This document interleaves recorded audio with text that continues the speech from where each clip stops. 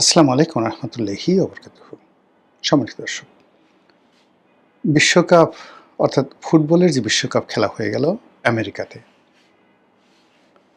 সেই বিশ্বকাপের যে পর্বগুলো, সেই পর্বগুলো নিয়ে আমাদের বাংলাদেশে যে লঙ্কা কাণ্ডগুলো ঘটে গেছে, এরকম অদ্ভুত ঘটনা পৃথিবীর অন্য কোনো দেশে ঘটেছে কিনা আমি জানি না। এমনি আমাদের দেশে ব্রাজিল ভার্সেস আর্জেন্টিনা, এই দুটো দল নিয়ে যে মাতামাতি হয়, সারা বাংলাদেশে যেভাবে ব্রাজিল এবং আর্জেন্টিনার পতাকা নিয়ে মানুষ উন্মাদনা দেখায়, এবং এই দুই দলের যে সকল তারকা খেলোয়াড় আছেন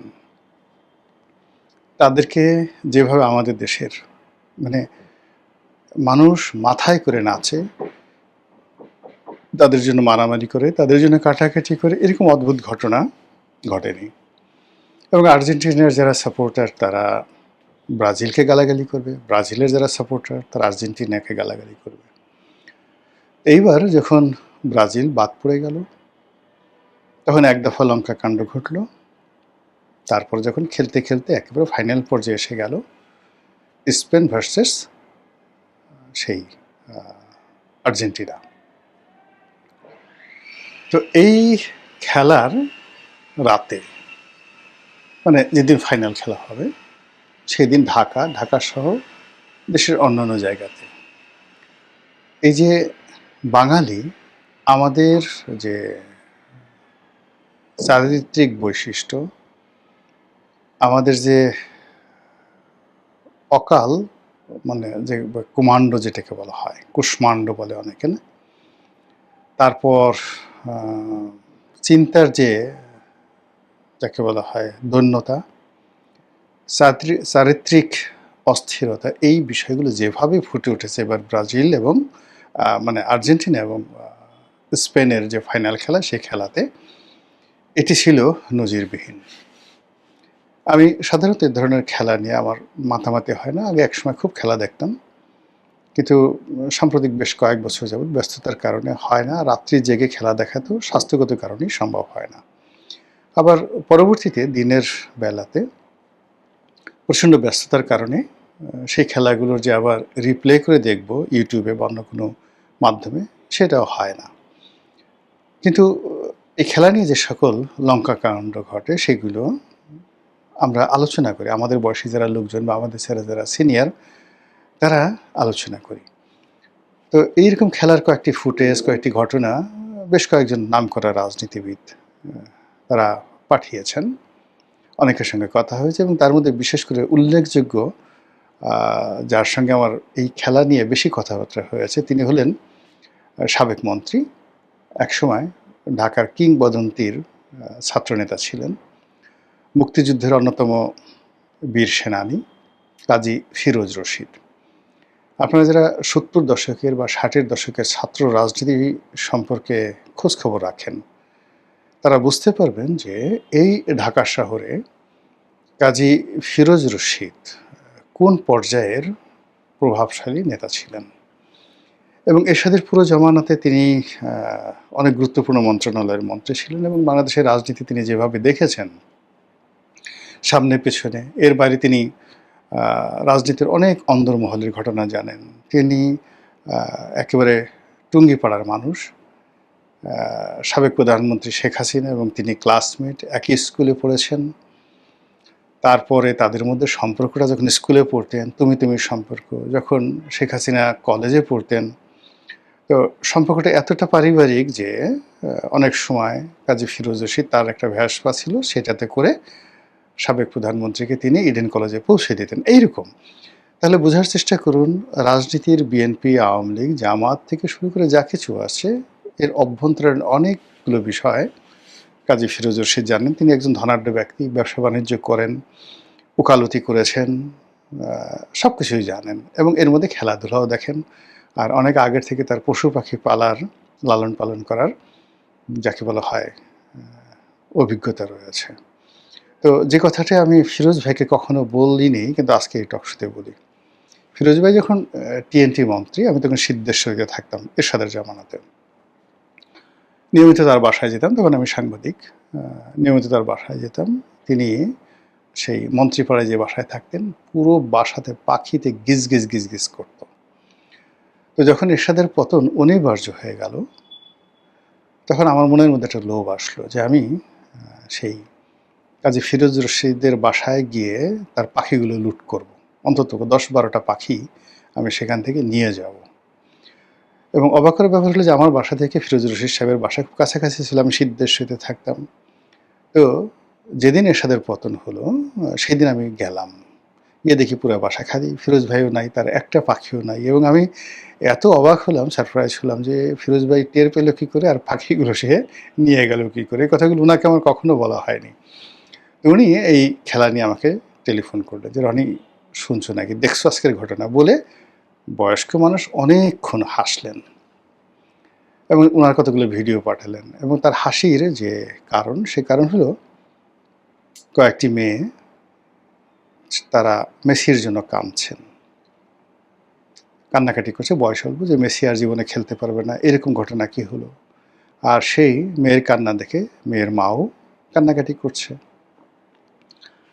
এরপরে ঢাকার কয়েকটি অভিজাত ক্লাব, বিশেষ করে ক্লাবগুলোর নাম বলবো না, সেই ক্লাবে জায়ান্ট স্ক্রিনে খেলা দেখার জন্য আয়োজন করেছে। ঢাকার সেই যারা ক্লাব কালচার যারা মেনটেন করেন, তারা সদল বলে সেখানে খেলা দেখতে গেছেন। খেলা শুরুর আগে আচ্ছা মতো খাওয়া দাওয়া করেছেন এবং আচ্ছা মতো মদ খেয়ে ঘুমিয়ে থেকেছেন। এবং খেলাধুলা কে জিতলো কে হারলো কেউ তারা টের পাননি।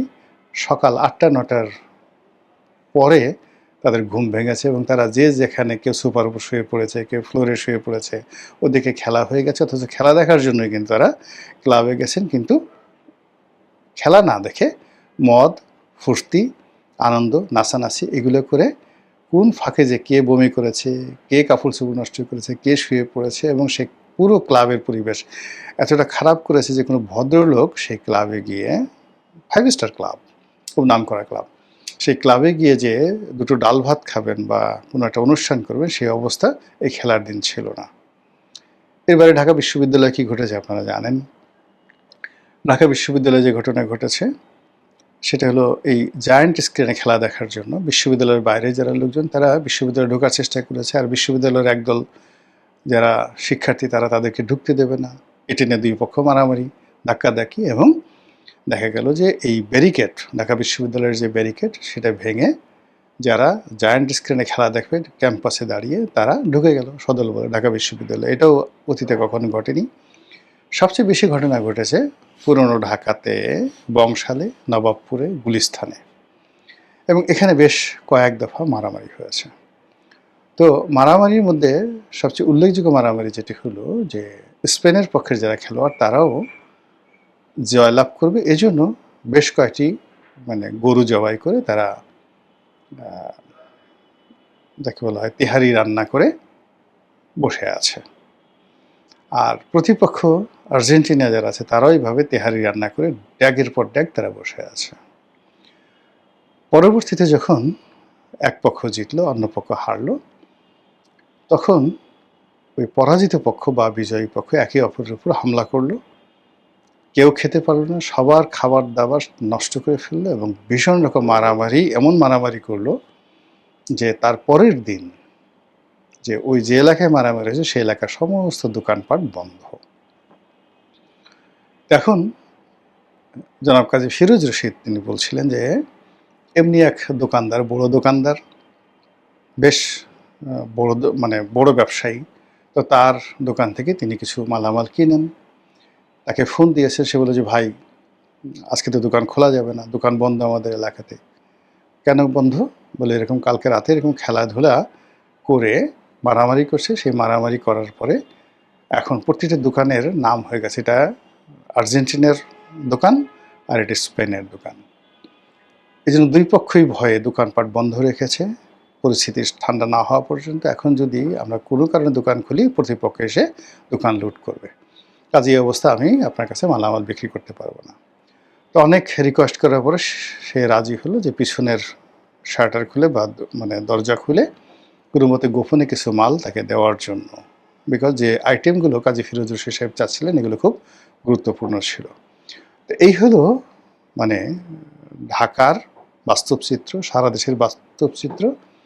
এবং এই যে আমেরিকাতে খেলা হচ্ছে এবং সেখানে স্পেনের দল খেলছে, আর্জেন্টিনার দল খেলছে, তাদের নিজ দেশে এটা নিয়ে কোনো উদ্বেগ উৎকণ্ঠা নেই। কিন্তু আমরা পরের ধনে পোদ্দারি করার জন্য যেভাবে একের পর এক কাণ্ড ঘটাচ্ছি, কারখানা ঘটাচ্ছি, আমাদের দেশের নব্যধনী, মধ্যবিত্ত বা আমাদের দেশের তরুণ সমাজ যেভাবে এই সকল খেলাধুলা নিয়ে যে উন্মাদনা দেখাচ্ছে, এতে করে আমাদের যে বৈশিষ্ট্য, আমাদের যে গোল, আলটিমেট যে ন্যাশনাল গোল, আমরা যেখানে কাঙ্ক্ষিত মাকামে যাব, দেশের উন্নয়নের জন্য কোনো কাজকর্ম করব, নিজেদের আত্মপরিচয় আমরা তুলে ধরবো, সেই জায়গাগুলো ক্রমশ মুখ থুবড়ে পড়ে আমরা মানে এখন আমাদের যে পরিচয়, জাতীয় পরিচয়, অনেকে অভিযোগ করেছে একসময় আমরা উগান্ডাকে নিয়ে, বুরুন্ডিকে নিয়ে, সিয়েরা লিওনকে নিয়ে ঠাট্টা মশকরা করতাম।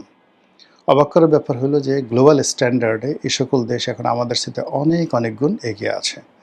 আর আমরা এমনভাবে মুখ থুবড়ে পড়েছি, পিছিয়ে গিয়েছি, এখন বাংলাদেশের সাথে আসলে তুলনা করার মতো কোনো দেশ নেই।